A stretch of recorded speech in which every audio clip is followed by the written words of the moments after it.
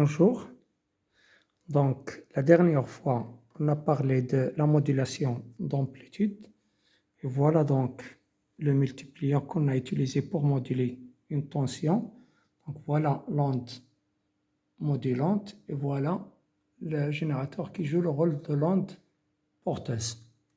Alors, première chose, visualisons d'abord l'onde modulée qu'on obtient ici à la sortie de multiplieur. Alors, voilà donc l'entrée Y1 de l'oscilloscope. Donc, bien sûr, reliant l'entrée Y1 à la sortie et la masse à la masse de la sortie de multiplieur. Et voyons donc qu'est-ce qu'on obtient. Donc, voilà donc qu'est-ce qu'on obtient. On obtient l'onde modulée, bien sûr, qu'on a vu la dernière fois.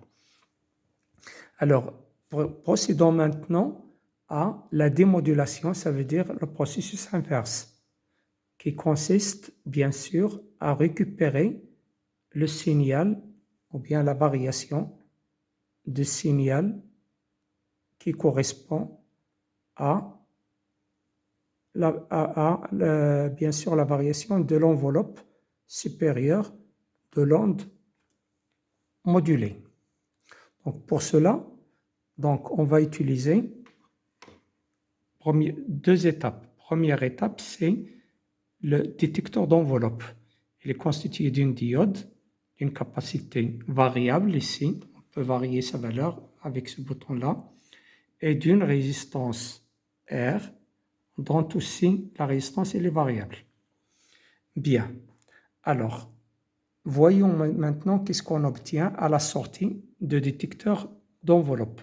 Lorsqu'on applique à l'entrée du détecteur d'enveloppe, ici j'applique la tension modulée et on va récupérer une tension que je vais visualiser l'entrée Y2 de l'oscilloscope.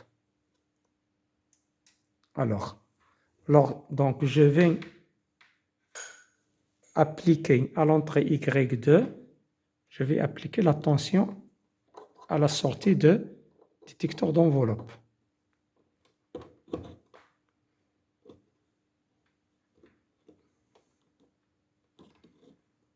Donc voilà ce qu'on obtient. Donc vous voyez ici, on obtient la variation d'une tension, mais dans ce cas-là, cette tension ne correspond pas, ou bien ce signal-là ne correspond pas à la variation de, bien sûr, l'enveloppe. Pourquoi? On constate ici que la décharge de condensateur elle est très longue et bien sûr, taux, ça veut dire la constante de temps, taux est égal à RC, elle est à peu près égale à TS. Alors, diminuons maintenant taux. Pour diminuer taux, il suffit de varier, donc on varie R. Varions R.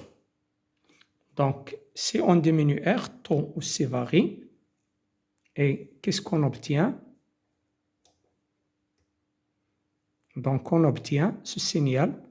Donc, vous voyez que ce signal, il correspond parfaitement à la variation de l'enveloppe supérieure de l'onde modulée.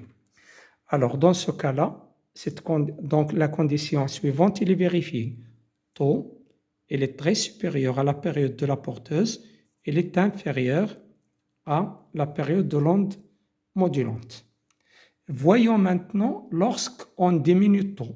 Donc, diminuons maintenant R, prenons la valeur 1 kg au lieu de 10 kg. Et voilà qu'est-ce qu'on obtient. Vous voyez ici que l'onde, bien sûr, qu'on obtient, le signal qu'on obtient à la sortie de détecteur d'enveloppe, la voilà. Vous voyez, il y a des variations qui sont très importantes, qui est due à la décharge rapide de condensateur. Dans ce cas-là aussi, donc le signal qu'on obtient ne correspond pas à la variation de l'enveloppe. On dit que ici la qualité de détecteur d'enveloppe elle est mauvaise. Donc revenons au cas où le détecteur d'enveloppe est de bonne qualité, ça veut dire taux compris est supérieur à TP est inférieur à TS. Donc le voilà. Et maintenant, ce qu'on va faire, c'est, donc on a obtenu ce signal, voilà, mais il est bien sûr décalé vers le haut. Donc ce qu'on va faire maintenant, c'est éliminer la tension de décalage U0. Donc voyons la tension qu'on obtient ici. Donc c'est pour cela que je vais utiliser ce filtre-là. Il est constitué d'un condensateur C2 et d'une résistance R2. Le rôle de ce bloc, c'est d'éliminer la tension U0. Donc ça veut dire il laisse, bien sûr, il bloque, c'est un filtre de passe haut. Il va bloquer le U0 et il laisse passer tout simplement le signal modulant ou bien informatif. Donc, visualisons maintenant la tension aux bornes de ce filtre. Donc, c'est pour cela que je vais débrancher l'onde modulée et on relie Y2 à la sortie de filtre passe haut. Et voilà qu'est-ce qu'on obtient.